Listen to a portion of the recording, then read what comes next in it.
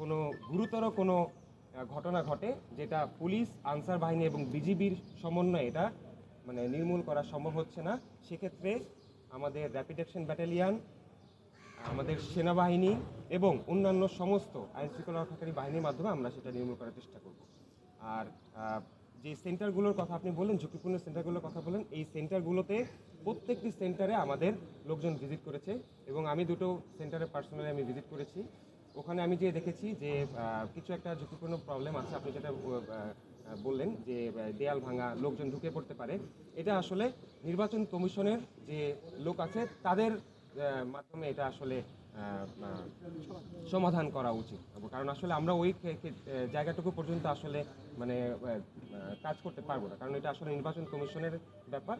কারণ তারা হলো সেন্টারগুলো তাদের আন্ডারে, তাদের দায়িত্বে, তাদের যারা প্রিজাইডিং অফিসার আছেন তাদের দায়িত্বে, এবং প্রিজাইডিং অফিসার যদি মনে করেন যে এই সেন্টারে এই ধরনের এই জায়গায় নিরাপত্তা আমাদের দেয়া প্রয়োজন, তারা যদি আমাদের সাথে যোগাযোগ করেন আমরা সমন্বয় করে তাদেরকে সেই নিরাপত্তাটুকু প্রদান করব। ধন্যবাদ। যে আরেকটা প্রশ্ন আছে, আমরা আজকে সকাল থেকে দেখলাম যে ঠাকুরগাঁওতে একটা ঘটনা ঘটছে, টাকার একটা ঘটনা ঘটছে, চন্দনাশি আমরা একটা খবর পেলাম, এবং কুমিল্লাতেও আমরা একটা খবর পেয়েছি।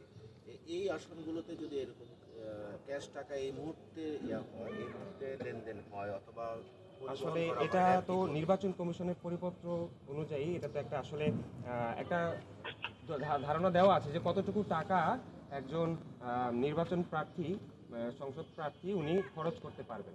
এখন তার থেকে বেশি যদি উনি খরচ করেন, এটা আসলে আমাদের এটা নির্বাচন কমিশনের একটা সেলই আছে এটা মনিটর করার জন্য।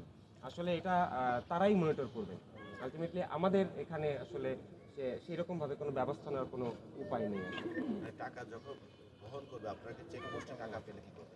আচ্ছা আচ্ছা আচ্ছা, যদি আমাদের কাছে এই ধরনের কোনো নিরাপত্তা প্রদান করার জন্য যদি আমাদেরকে বলা হয় নির্বাচন কমিশন থেকে যে আমাদের হিউজ পরিমাণে একটা টাকা পয়সা এখানে মুভমেন্ট হবে, আপনারা আমাদেরকে নিরাপত্তা প্রদান করেন, সেক্ষেত্রে আমরা হয়তো নিরাপত্তা প্রদান করবো। বাট এই মুহূর্তে আসলে আপনাকে আমি এই বিষয়ে বলতে পারছি না, কারণ আমাদের কাছে এই ধরনের কোনো ইনফরমেশন নেই যে নির্বাচন কমিশন থেকে আমাদেরকে কোনো কিছু জানানো হয়।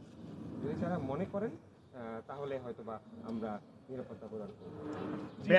আচ্ছা, এটা আমরা তো আসলে নির্বাচনী পরিপত্র অনুযায়ী আমরা কিন্তু স্ট্রাইকিং ফোর্সের আন্ডারে।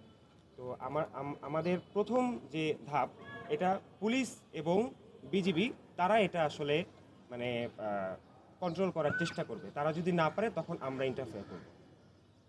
ব্যালট বক্স নিয়ে যদি